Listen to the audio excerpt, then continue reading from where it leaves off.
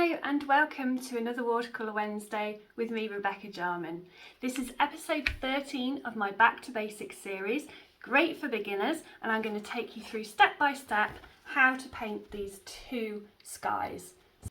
Make sure you watch to the end of the class because I'll have 6 tips for success with skies throughout this class. So let's get started. Okay folks, so to begin with you want to stick your watercolour paper down to a board using masking tape on all 4 sides so that it's secure, and you want 2 pots of water, 1 clean for mixing your paint and 1 obviously to clean your brushes. You're going to need your paints. Today I'm just going to stick to a limited palette and we're using ultramarine blue and alizarin crimson. I have some tissue paper, a scrap of paper to test my colours. I've got 3 brushes out, 1 for wetting and the other 2 for applying the paint. Quite large brushes. So I have a number 10 round and a number 8 round, and my large wetting brush, which is a number 18. I also have a cloth for drying my brushes on too. So to get started then, a couple of things that I want to tell you is that we're going to use the wet and wet technique, hence sticking our paper down. It helps to prevent some of the cockling as the paper stretches with the amount of water we're using. So do make sure you secure your paper to a board. It's going to help things quite a bit. We're using the wet and wet technique to create soft edges. We're going to be lifting using the tissue paper. We're firstly going to be creating a graduated wash, and this is because we need to create a sense of distance in the sky. Now, if you think about the top of the sky being closest to you and the bottom of the sky being the furthest away and in the distance. So we want dark colours at the top, getting lighter and lighter as you come down to the horizon line. And we also need to think of a sense of scale to create that sort of illusion of perspective. So the clouds at the top, because they're closer to you, they're going to be larger. And as they come further down the page, they're going to get smaller and smaller into the distance. So let's get started by mixing the paint. I'm going to take my pipette and apply some water in my palette. I've already wet my brushes a little and I've activated my paint, so it's ready to go. So I'm picking up some ultramarine blue and adding it to that water that's already on my palette. So just keep going into the paint until you get a nice blue mix. So I'm going to test that out. Now we want it a little darker than that because actually we're going to pre-wet the paper. So I'm going to pick up some more pigment.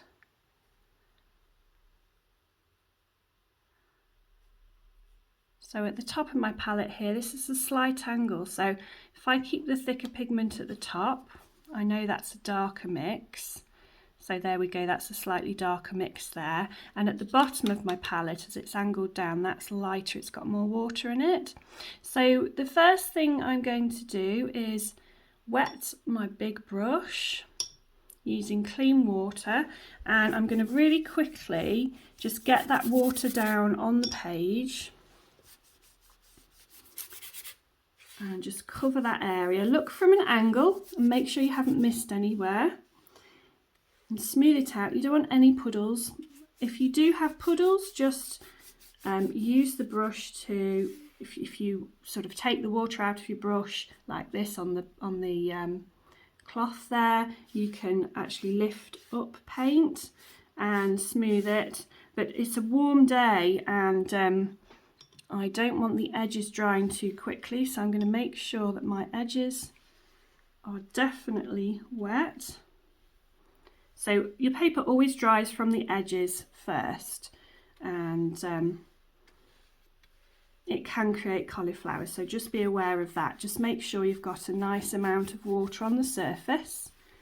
That's even. And then I'm going to pick up my brush, starting at the top, and I'm going to just get that blue paint down. Just fill the space. Keep going back to the palette and apply more paint to your brush. Because it's nice and damp, the paper's damp, you'll notice that it splays nicely across the page. And as I get to the bottom, I'm just going to add some more water to my brush and just lighten that a little, using left and right strokes, going back up into the blue. Actually, let's rinse my brush off now and dabbing it on the cloth so it's a little drier, and I'm just going to lift up a little bit of the paint from the bottom so that it lightens that area for me. So this page is still nice and wet, so I can work with it. As soon as it starts to dry, you need to stop. So at the moment, I've got a nice smooth application of paint, getting lighter at the bottom, and I can darken up the top by going straight into my paint and placing down some more of that ultramarine blue and just darkening that top section if it's not quite dark enough. I'm just going to take a little bit of kitchen paper towel and just remove the excess paint from the tape, because what will happen is the edges of the paper will begin to dry and it'll want to pull that paint off the tape and back up into the painting, and that's when you get cauliflowers at the edges of your painting. So if you're careful and you remove that first, you'll end up with a beautifully smooth graded wash, graduated wash. So you just put some pressure down, all the way down the tape. I'm going to take some of the tissue paper to remove some shapes of clouds. So just scrunch up your tissue paper, and you want some larger shapes at the top. So you can see you just press it down and it's removing that paint. Nice soft edges because it's still damp. And as you come down the paper, you want to create smaller shapes. So that's a nice deep cloud at the top there. Get a clean piece of tissue, and as I come down, I want to start making smaller shapes. So we might have some sort of elongated ones coming towards the bottom. I might go in all the way across the sky, and they start getting thinner as you come down.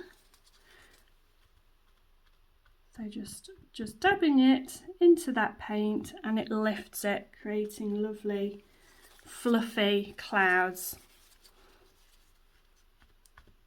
And obviously in the distance, the white of the cloud is less obvious because the blue of the sky is paler. So it creates that sense of depth. Now, if you want to lighten the top bigger clouds, then you simply do that by taking a clean brush with clean water, and I can just lift some of that blue with some water, and again going in with that tissue paper and a bit more clean water, and you can lift some more of that blue. So if the blue had started to dry a little bit, it wouldn't have lifted maybe as much as you'd liked. So you can just come in, damp it with your wet brush and lift some more up with that tissue. Because you might want some areas that are, oh excuse me, I hit the camera there. Oh dear.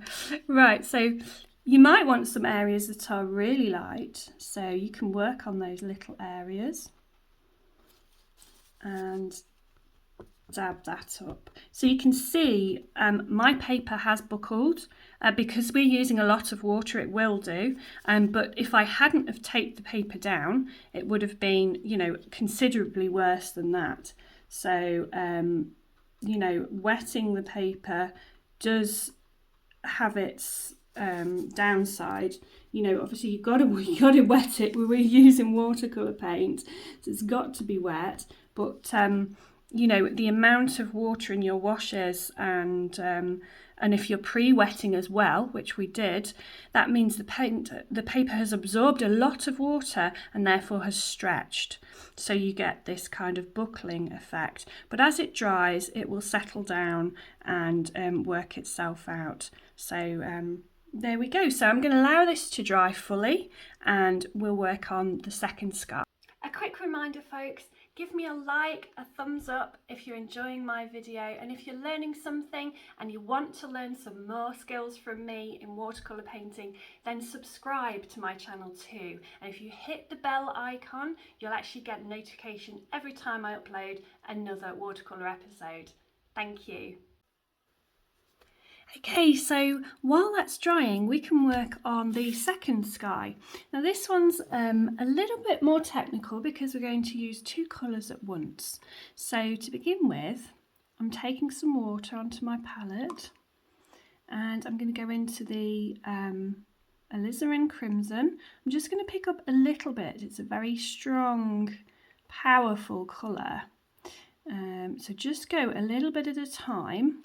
And what you're looking for is a nice pale pink. Do I want it? I may well do it a little bit stronger than that. A little bit more punchy, so I've a little bit more paint. There we go. So remember, we're doing the same technique. We're going to use the wet in wet. So this is going to be watered down. Obviously it's going to be painted on top of wet paper, so actually let's go a bit stronger with that colour, be a bit more brave. So let's see what we've got there. There we go, that's better. So something like that is what you're after. So that's on one brush, and what I want to do is just mix in a little bit more blue. So you can see I've still got some blue on my palette here, but I'm going to go a bit further. We're using the two colours together. We want to make sure that you mix enough paint right at the start so that you're not panicking halfway through and rushing to mix a colour because you've run out. So if you mix up too much, that's fine. You don't always have to clean your palette. You can leave it to dry on your palette, and you may well need that blue next time you paint. So don't be afraid to mix up probably a little bit more than you think you're going to need, especially as a beginner. I mean, rushing to mix a colour while your paper is drying is quite stressful, and we want to make this as easy and as enjoyable as possible. So I've just mixed up a little bit more blue on my palette. And let me tell you the plan for this particular sky. So we're using the wet in wet technique again. We're going to do the same thing. We're going to wet the paper first, apply the two colours though this time at the same time, and then while it's wet we're going to lift away using the paper towel. Okay, so I've got my paper towel ready. I've got my wetting brush, so use as large a brush as you possibly can for this, because the quicker you can get the water down, the more time you've got then to paint. If you start wetting at the top here with a small brush, by the time you get to the bottom, that part of the paper is already starting to dry. So when you come to apply the paint, you might start getting hard lines. And again, you want to make things as easy as possible. So a good tip is to use a really big brush. So like I say, mine's a number 18, so it holds lots of water, and I can pretty much cover the entire half of this A4 sheet in one application of water. So, you know, I'm not needing to go back to my pot of water. I've got enough on this brush to cover the whole thing. So just take a little time smoothing that water out across the surface. Have a little plan in your head as to where you want your clouds to go. I think this time I'm going to start in with the pink, and I'm going to have a little bit of an angle on some of my clouds, I think. So I'm going to add some pink to the very top. Look at how lovely and strong that crimson is. So some pink at the top. I'm putting my brush down, picking up my blue brush and popping down some blue. So you can bring some of that blue up into the pink as well. Okay, so my paper's starting to dry, so I need to work nice and quickly. Remember that the bottom section needs to be lighter, so I'm adding my paintbrush to some water, and you can see immediately that lightens that blue now. So it's just mixed with the paint that was already on my brush, and it's paled it down for me. So that was nice and easy. So spreading it across the page. And this time, before I start removing the paint from the tape, I'm going to begin to create my clouds. So I think I'm going to come from the top right here, and I'm going to start making some nice clouds. Always come off the side of your paper as well. You know, these clouds, this is quite a narrow sky section that we've got here. And, you know, clouds are generally really big. You might have a few smaller ones, but let's get some direction going. So let's have some coming across like this, I think, which might be nice. And some coming in. I'm changing, you can see I'm moving my paper towel around. I'm using clean sections. Each time we come further down, you want to make the cloud a little bit smaller. So, and a little bit narrower. So let's just take a little bit more of that cloud there. And perhaps work one in that direction. Some wispy ones coming in right back here and towards the bottom. Maybe one or two just down the bottom there as well. So I'm going to clean that blue brush, and I'm going to just remove some of the water. I want to lift a little bit of this here. It has started to dry, so there we go, just adding that little bit of water to that section. It allows me then just to quickly dab that water back off, and I get a nice clean area. So let me move my pots of paint. I keep touching the camera with my brush. I'm going to do the same up here, try and lighten this section a little more.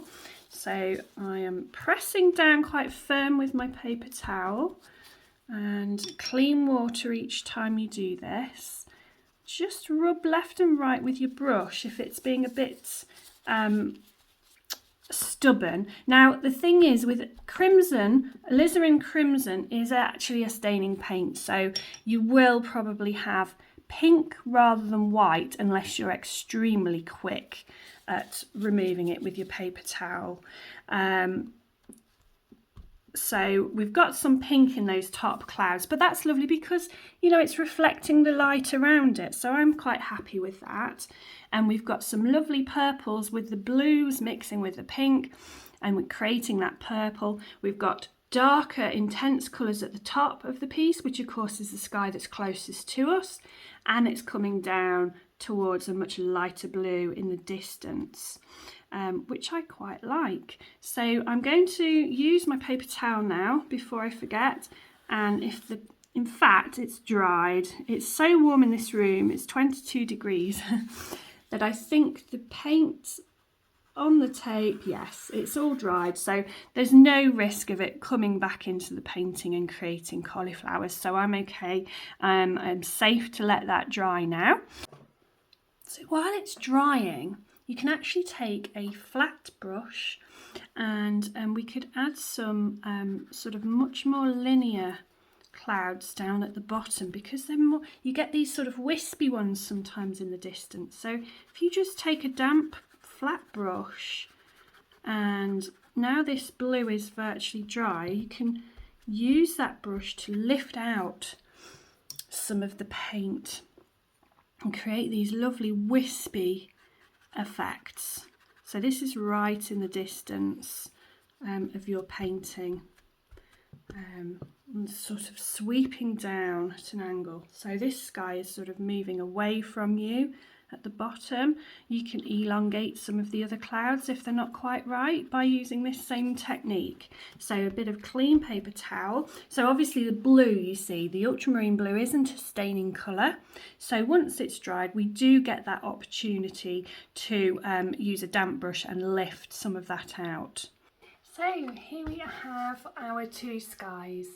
So we have this very basic sky was the first one that we created, and we used the ultramarine blue as a graded wash in the background from dark to light, and then we used the tissue to remove the clouds while the paint was still wet.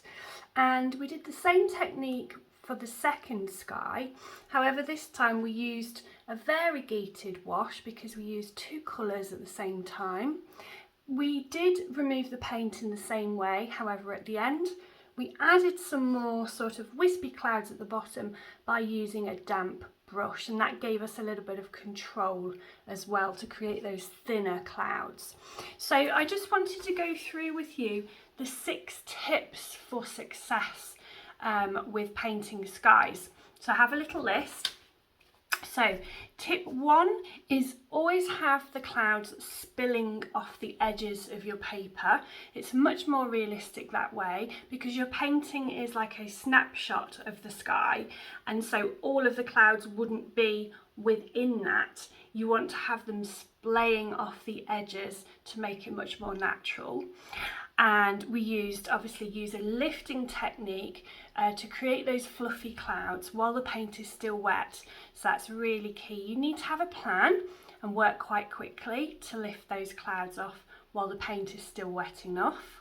So tip 3 is using that graduated wash, because at the top you want the dark colours receding down to the bottom of your painting or the horizon line, and that needs to be much lighter, and that's to create a sense of space and distance. So always use that graduated wash.